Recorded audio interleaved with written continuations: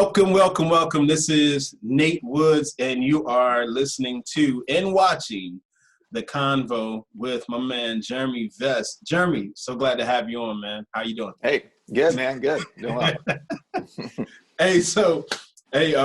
We just started. I'm so excited to interview you and talk to you about a couple of things. One, your album.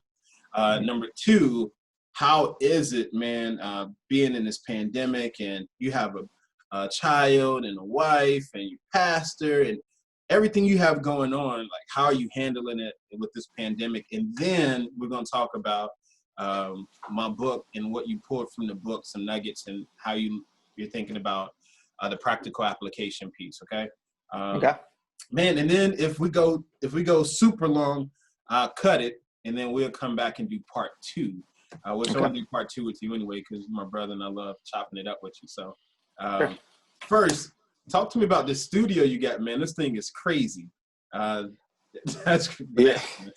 Well, during the pandemic, I wanted to start doing more stuff up from home. So I started ordering some gear. And so just it's a pretty simple setup, but it does allow for me to also it's a mobile rig, so I can start doing other things and going out and doing some stuff. And I'm going to be working with some people to kind of help produce some new stuff I have coming out. So I'm hoping to get that going here soon. But I just got kind of, in the whole pandemic thing, I was like, well, this is a good opportunity to start, building a little home studio, and instead of having to rely so much on other people for everything. So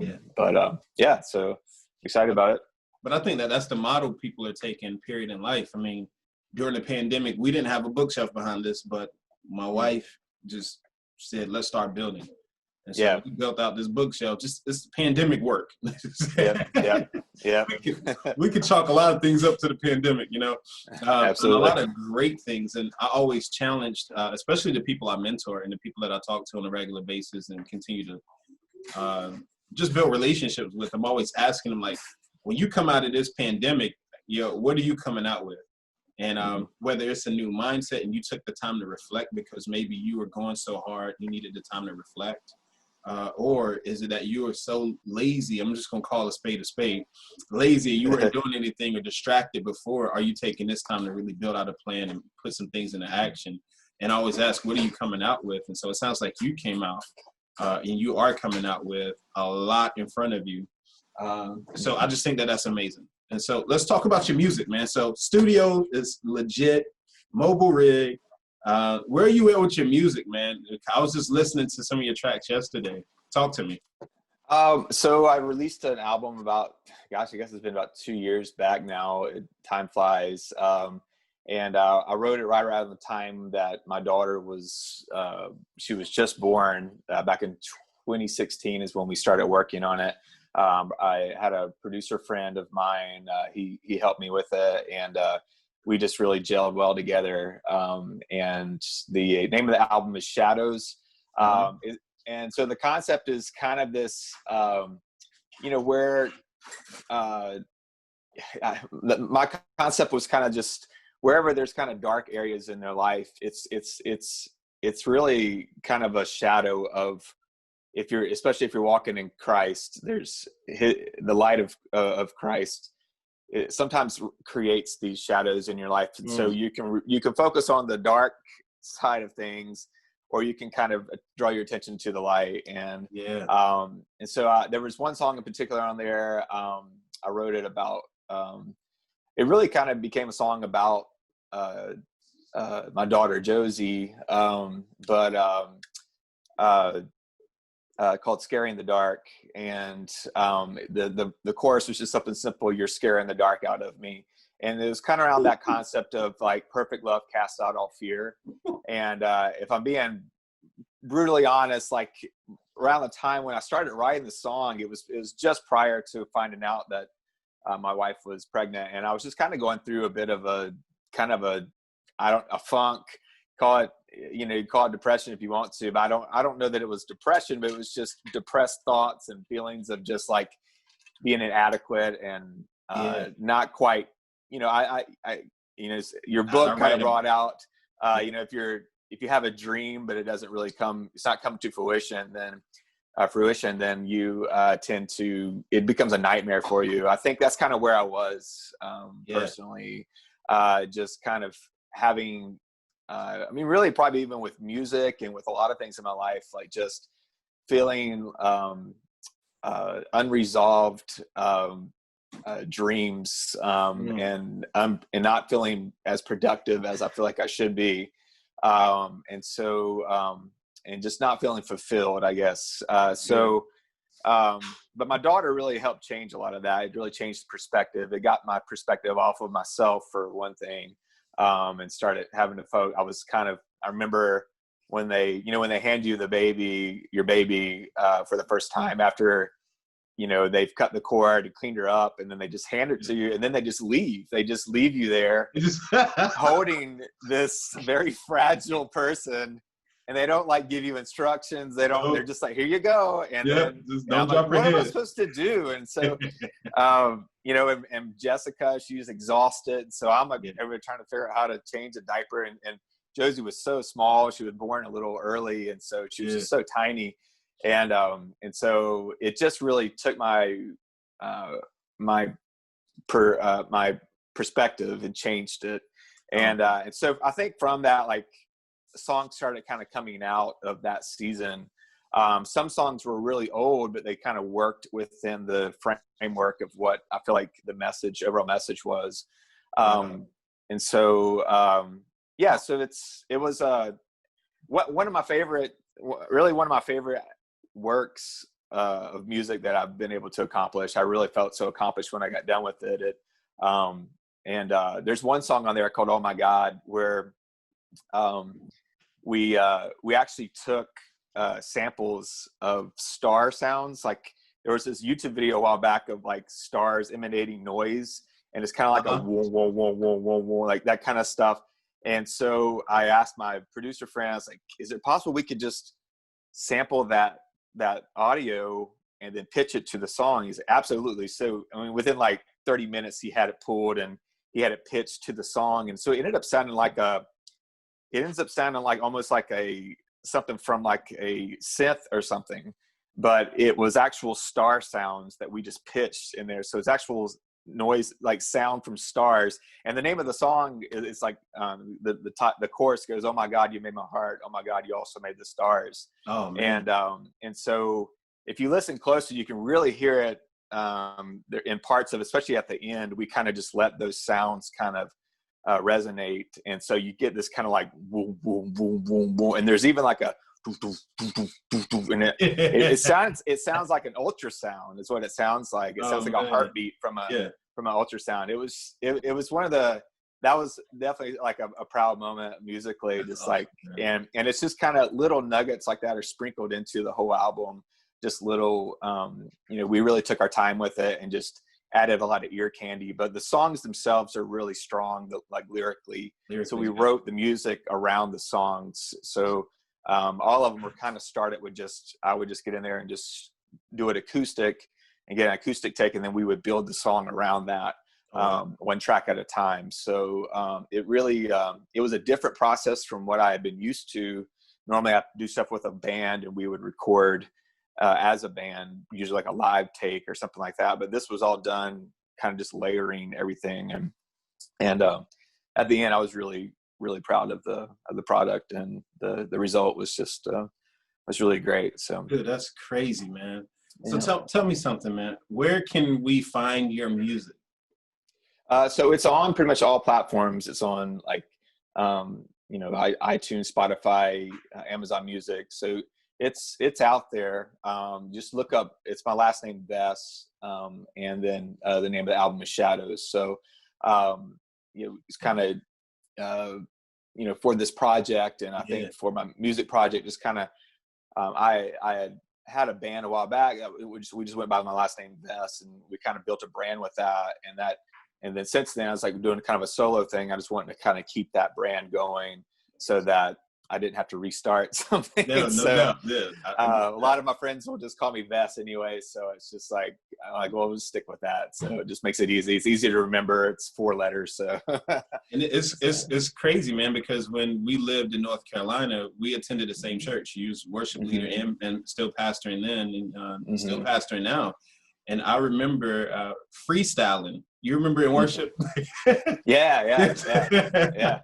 I remember freestyling with you, man. So we've known each other for a while, man. And you've been authentic through and through. And so I must stop. If this was a commercial or an ad, the ad would say, "Thank you for being authentically you, Jeremy." And I appreciate you and love you for that. You've been 100% since day one. And thank you for your support and everything that I've done and my family has done. And we love the entire family. And shout out to DC, Destiny City, right? So love the church family, and we miss you guys. And so tell me, man, how have y'all been moving or transitioning through the pandemic from a church perspective, from a family perspective? And then we'll get into the book, but just building this around you. It's a conversation with you. So have you, so we know the music piece, but how's everything else? Yeah, the church has been going really well, been growing. And we definitely had to pivot when the pandemic hit. But it really worked out to our advantage, because we've been talking about building up our production side with the media, and we were already streaming online, but just on a kind of a shoestring budget, just doing whatever we could. But I pretty much told our team, just like, our main objective is just, shut-ins and people who just can't make it, who people are out of town, is kind of our main thing. As long as we get something to them, we're good. This kind of pushed us to probably expand. I mean, we turned our whole upstairs into a production studio. We had like a green screen. We have like a separate soundboard from what's downstairs, with separate audio coming in so they can mix and get a different mix for online. And so my friend Russ Wilson, he's been heading that up. And so he's a genius. Yeah, he is. Yeah. So, and we end up getting like, I think it's web presenter, a webcaster. I can't remember the name of the program, but it helps us to stream to multiple things at the same time. So we can stream to our Facebook and to our web page and to, YouTube all at the same time, where before we were only able to stream to one thing at a time. Okay. So in terms of what we were able to accomplish in that time, we have advanced years and stuff from so we were planning this stuff, but it was like, maybe in 5 years we'll have this, in 5 years we'll do that, but it was like, all of a sudden it was like our focus became your focus becomes like having to do online content and stuff. So it just totally transformed the way we do stuff. And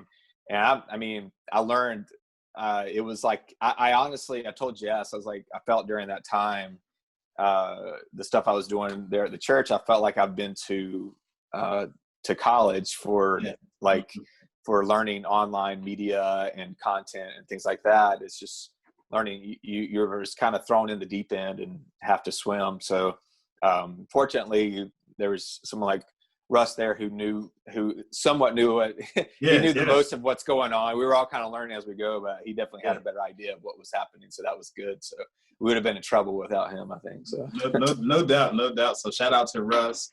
Shout out to Pastor Darren Vess and Miss Becky. We love you. And shout out to Jessica. I know she's not on camera right now, but man, her and Josie, man, love you.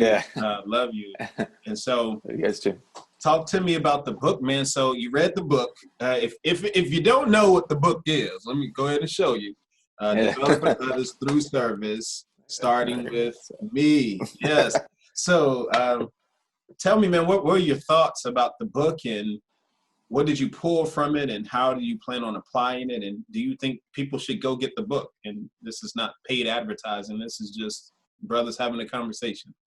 Yeah, absolutely. I got a lot out of it. I think it was reinforcing a lot of what I've been kind of doing in my thought process already, but it was good to have it reinforced. I really like the part that you talked about, kind of that like a seed going through that germination process Germination where process, yeah. things are breaking down. You feel like stuff's breaking down, but really you're growing and stuff. And I think for a lot of people, that's a confusing time. Yeah. It just feels like everything's being torn apart. You feel like stuff you had going wasn't going to work. It's not working. But if you just stay the course, if you can just be faithful, then you start to see things begin to grow, and then and after a while you start to see fruit and stuff. So so that was a big thing for me. It was just that was really encouraging for me, just to kind of think about that. And I've definitely have felt that way many times. And even still sometimes it feels like there's a bit of a germination process happening, because you get a new vision, or you get a new dream or whatever, something comes in your head and you want to pursue it. It just takes time, and things just don't happen overnight. And I've heard, it takes 20 years to be an overnight success. And stuff. But people don't believe that. Like, if you haven't put the work in, you would think that someone just became successful yesterday. Yeah, it just happened. And that's not the case. They've been at it for years.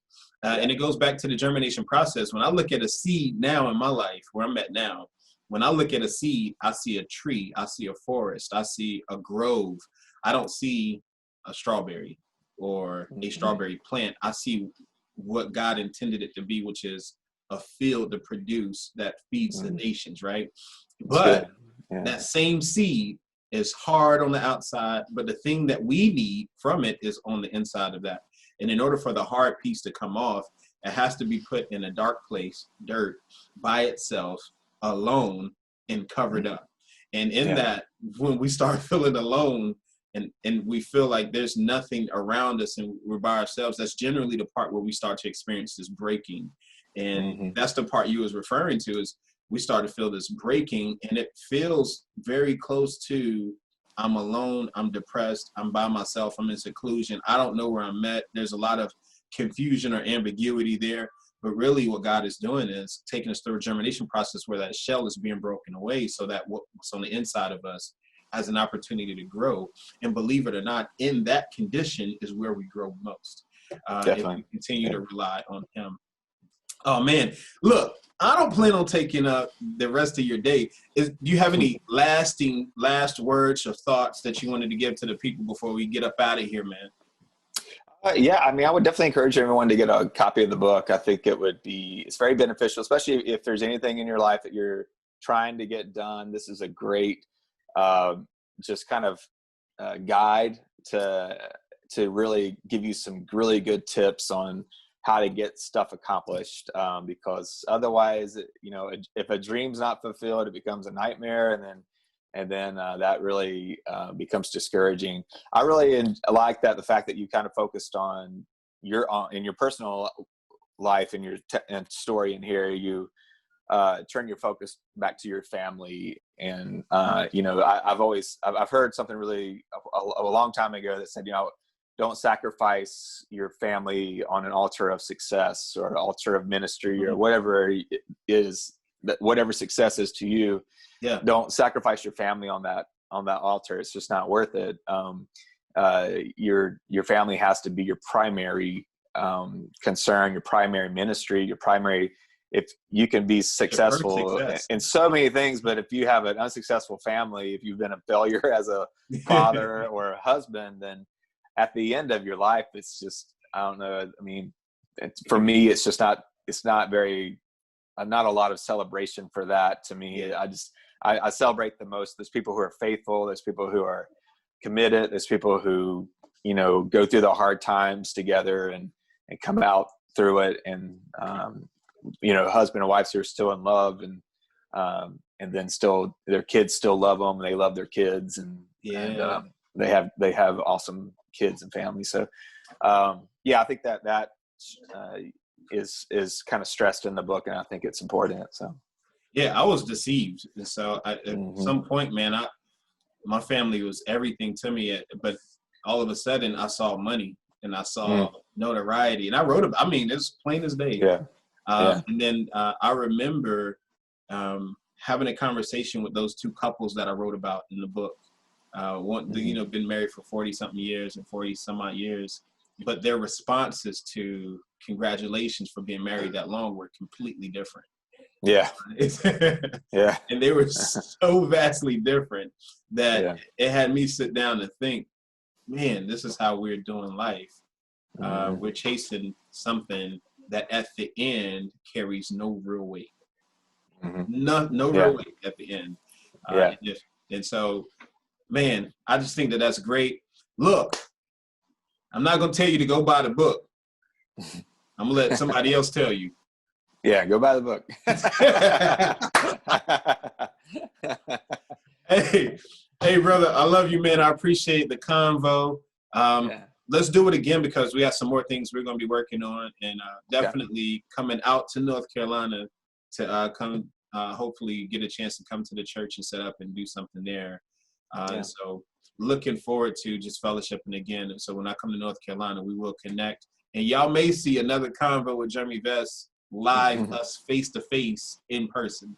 Okay. Sounds good. Thank y'all for your time. We love you guys, and talk to you later.